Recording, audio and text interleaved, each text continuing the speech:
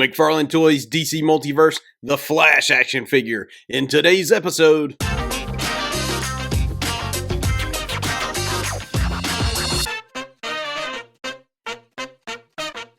hey friends, welcome to a brand new episode of the show. Today we're taking a look at the DC Multiverse Zack Snyder's Justice League The Flash action figure from McFarlane Toys. But before we get into this review, if you will, hit that subscribe button, hit that like button, share this content. I sure would appreciate it. You know the drill. Now, let's get on with the review. First off, let's take a look at the packaging. As you can see, it's a nice window look into the figure. Again, I've got a big gripe because of this action stance that they put the figure in, so I guarantee we're gonna have problems with his diapers, or the pants section, the underwear section of the figure. Side of the package just features the Flash, Justice League word here, and of course the Justice League 2021 logo. Back of the box gives you a look at the Ezra Miller's Flash from the movie, along with a few of the other figures that you can get in this line. This side of the package gives you a little bit of a window look into the figure, the DC Multiverse logo, the Flash, McFarlane Toys. Top of the box is a window look with the Justice League 2021 logo. Bottom of the box is the copyright stuff and the UPC. Alright, with that out of the way, let's break this guy open and let's play. Here is the Flash out of the package. So I've got some gripes about this one, but we'll get into them in just a second. First, let's take a look at the accessories. First, he comes with this cool trading card, features Ezra Miller as the Flash, same thing that was on the back of the box. Back of the card just features a little bio about Barry Allen. Pause it if you want to read it. Next up, he comes with the standard black DC disc base. Love these things. See the peg there? And finally, he comes with an assortment of, lightning effects. I'm not a big fan of these. I mean, yeah, they look cool, I guess, if you were to display them properly. I'm not a big fan of 3D effects, so yeah, they won't be displayed with my figure. Okay, so now let's take a look at the Flash. Up close, this is a decent Ezra Miller. I see Ezra Miller in there somewhat. Much better than a lot of the other sculpts that I've seen so far of these Justice League figures. I will say there is a little bit of an issue here. Look straight on, and you will see that the gold, what are these things called? Wings on the side of his head. We'll say wings. This one's a little bit higher on the head than the other one. It's not, proportionate.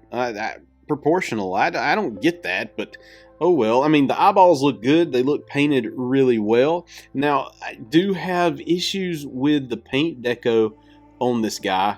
You see these lines on the chest and some on here. These are supposed to be silver. They're not painted in. I guess kudos to McFarlane for sculpting them in there so that we could paint them in there ourselves. I would have rather them come painted, to be honest. But I get it. Fans are going to say, this is a $19.99 figure. Why are you going to complain about the paint? Well, I paid $19.99 for it, so I want the paint on there.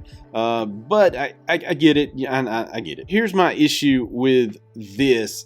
Again, the panties, or the Pampers as I like to call them. Look what it did. It left this big gap right here from where it was all pre-posed in the package. If you move that up, you got this big gap back here. I mean, it literally looks like he has on diapers. Like some cool, if you can make diapers cool, some cool red, black, and gold diapers. If you're going to use this rubber piece here for the crotch area, don't pre-pose these guys in the plastic, man. I don't get it. I don't get it. Because it's going to look like that. And of course, you're going to say, won't you take a blow dryer to it and heat it up and it'll get better. No, I don't want to have to do that, man. I just want to pull this thing out and have it work. There's another little issue. You can see the butterfly joint here. Looks pretty good. Over here it's all wonky and sort of out of place. It's like it doesn't go up underneath the sculpt all that well, and maybe it's not supposed to. Maybe it's supposed to stick out like that. If you have one of these, leave your comments below and let me know. But you can see when I pull this down, there's this gap right there, and I don't think it's supposed to be that way. I actually think this is supposed to be under this red plastic here, but talking about trying to get that under there, it's nigh impossible. to get it in there. So you know, to do that, I might have to pull this guy apart and do some doctoring on him. I don't want to do that. The Flash emblem is painted okay. It's just the piece behind it looks kind of cruddy. It's like they didn't either sculpt it all the way or do something, because it looks cheesy a little bit. Other than that, there's some real cool details going on here. Just looking at this guy, I love the texture on the body here, on the black part, even right here. There's some really neat textures going on with this suit, because texture goes a long way. It makes it seem like the sculptors, you know, went above and beyond to give us a little more than just, you know, like a Mattel DCUC action figure that has no real detail to the body itself. So I like that. I don't like these hands. They're just stuck out like this. I know why he did it, because the way the Flash runs in the film, I know why they're there, but I really would rather have a fist on these things than this right here. Otherwise, everything looks pretty good. So let's check out the articulation on the Flash. All right, head can go up and down just a little bit, not much. Can turn all the way around, and of course it can tilt since it's on that ball joint, so he has pretty good range of motion there. Like I said before, he has butterfly shoulders, rotate all the way around, bicep swivel. Of course, he has double jointed elbows, and of course he has the McFarlane wrist, which gives you good movement.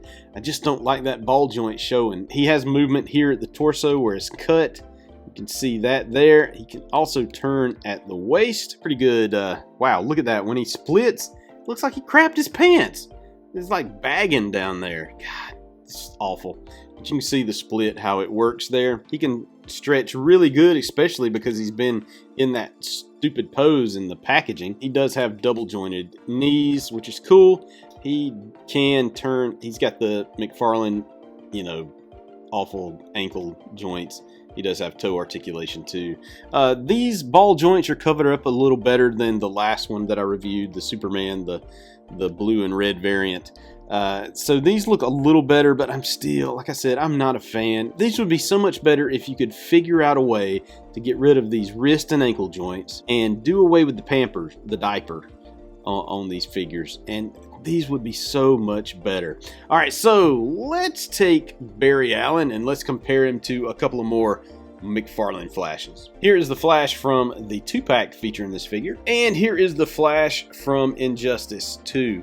Now, I will say, looking at them all straight on, this guy's the tallest of the 3 figures. It might not look like it in the camera, but outside of the camera, I'm looking at him straight up, and yes, Ezra Miller is a little bit taller than the rest of these guys. That is Zack Snyder's Justice League McFarlane Toys Flash. Should you get him for $19.99? You know, it's a good figure. It's a good Flash figure. I'm not going to tell you not to do it. For $19.99, I got this guy for $12 at Walmart. He was on sale, so I couldn't pass that up. So for $12, definitely grab this guy. For $19.99, he's still a decent Flash figure. I would get him, even though he does have the Pampers issue and the shoulder blade, which could just be mine. All right, so if you find this informative, please hit that like button, hit that subscribe button, share this content. All right, everyone, God bless.